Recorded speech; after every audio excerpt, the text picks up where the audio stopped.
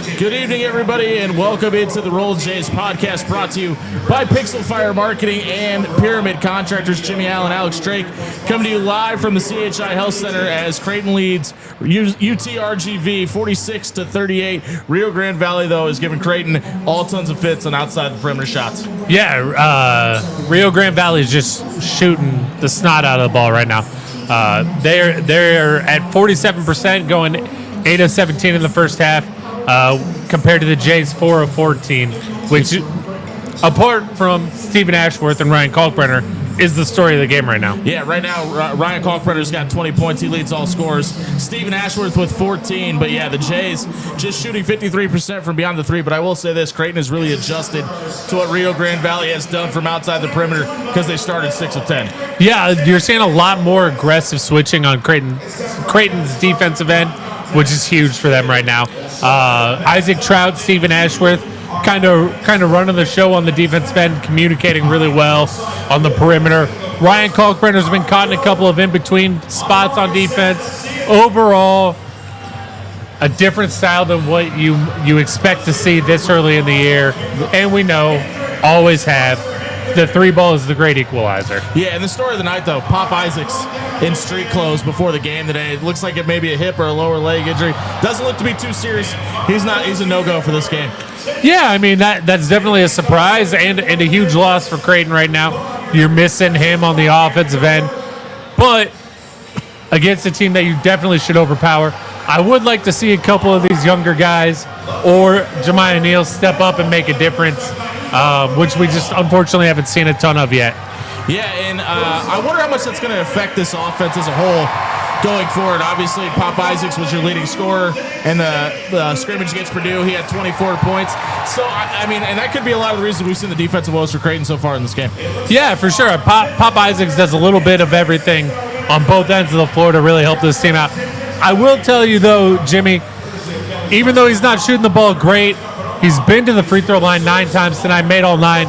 Stephen Ashworth has been out there hunting shots, being aggressive, and it's nice to see. Yeah, and he's kind of, we talked about this with Casey in the scrimmage. It was nice and refreshing to see him not have to be the main ball handler in that game because you did have Pop Isaacs available. That's not been the case tonight. He's had to be a little bit more in the role he was in a year ago and control the floor and be that floor general out there.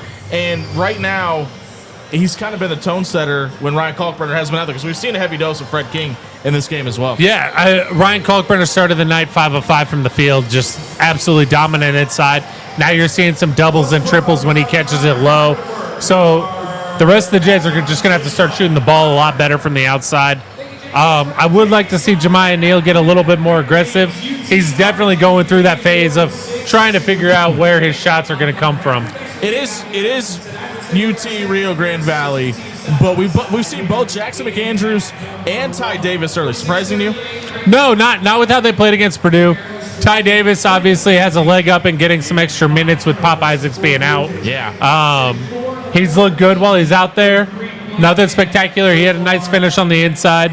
And Jackson McAndrews continues to impress. Yeah, he didn't pass up to the first shot that he got, and he missed it, but I like that tenacity, a guy that doesn't seem to shrink in the moment. Again, it was a scrimmage, but he's playing against a top 15 team in the country and just didn't seem to be bothered by the environment or the team he's going up against, and he took his first shot that he got to look at tonight. Yeah, 100%. And that's going to be his role. That's what he's here for, right?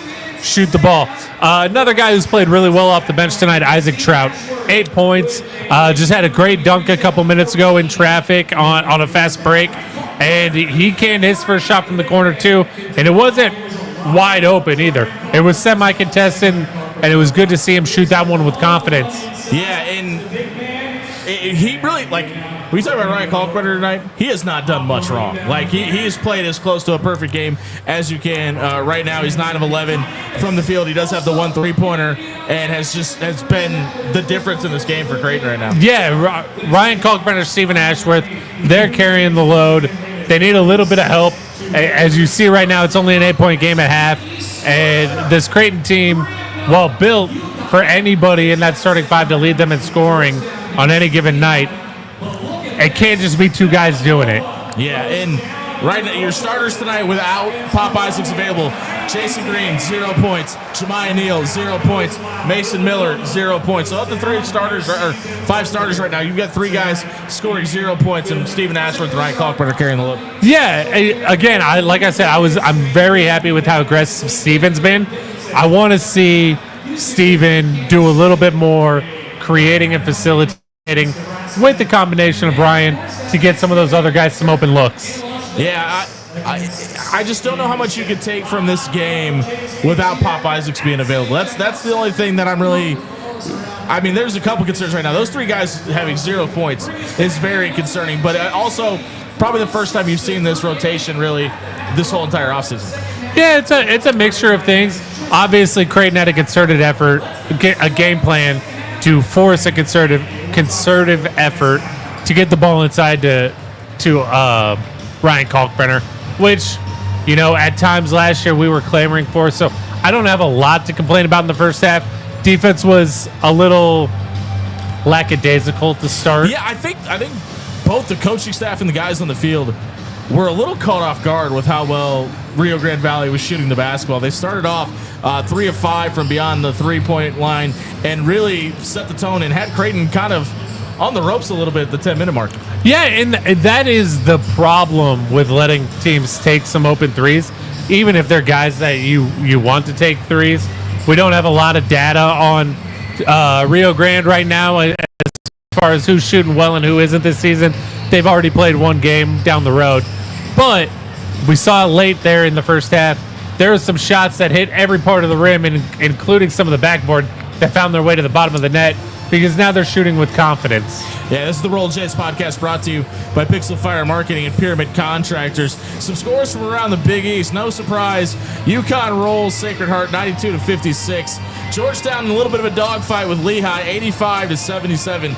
But the story so far in the Big East, Kyle Neptune and Villanova lose to Columbia tonight 90-80. And right now, when you're in your second game and you've already got a loss in the season for a guy that's got a little bit of a hot seat in Kyle Neptune, not a great look for Villanova. Yeah, Neptune and Villanova, it looks like they might have some growing pains this year.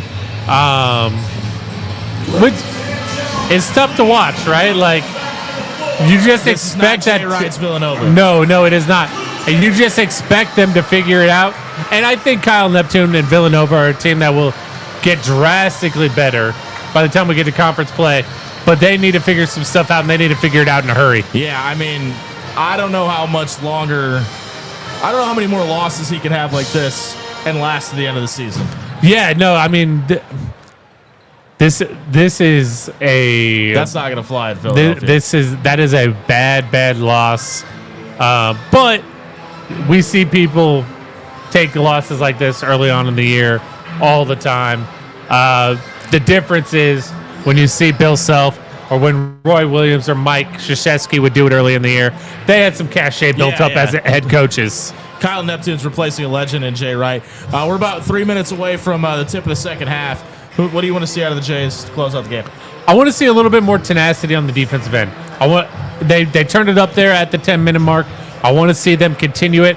I want to see them force some turnovers and get some easy layups in transition. Rio Grande Valley's done a really good job of taking away a fair amount of the transition. Yeah, that's, I think, maybe the most surprising. Outside of the way Rio Grande Valley has shot, Pop Isaacs not being available, I think the second or third biggest storyline is how much Creighton just hasn't been able to play in transition really well tonight. We've seen a couple open passes and a couple open shots. They haven't really made a whole lot of those. We haven't seen a lot of pacing on the court either. No, there's a couple of times where Jemiah Neal's out in front of the guy chasing him just a little bit, not enough to warrant the pass. I want to see Jemiah Neal run the floor a little bit harder instead of looking for the spot that he's trying to get to. But we've talked about this. You can see guys thinking, not reacting. 100%. Just a reminder, the Roll Jays podcast can benefit from you benefiting your favorite athlete at Creighton. That's right. You can donate to Creighton's NIL collective, The Birdcage, by by taking a picture of the QR code on your screen right now, making a donation to the NIL Collective. It will benefit your favorite athlete at Creighton as well as the Roll Jays podcast. Alex and I will be live on 1620 The Zone immediately following the game for Blue Jay Overtime. Get your phone calls in 402-951-1620 on your thoughts on the season and this opener. We'd love to talk to you. We'll see you after the game on 1620 The Zone.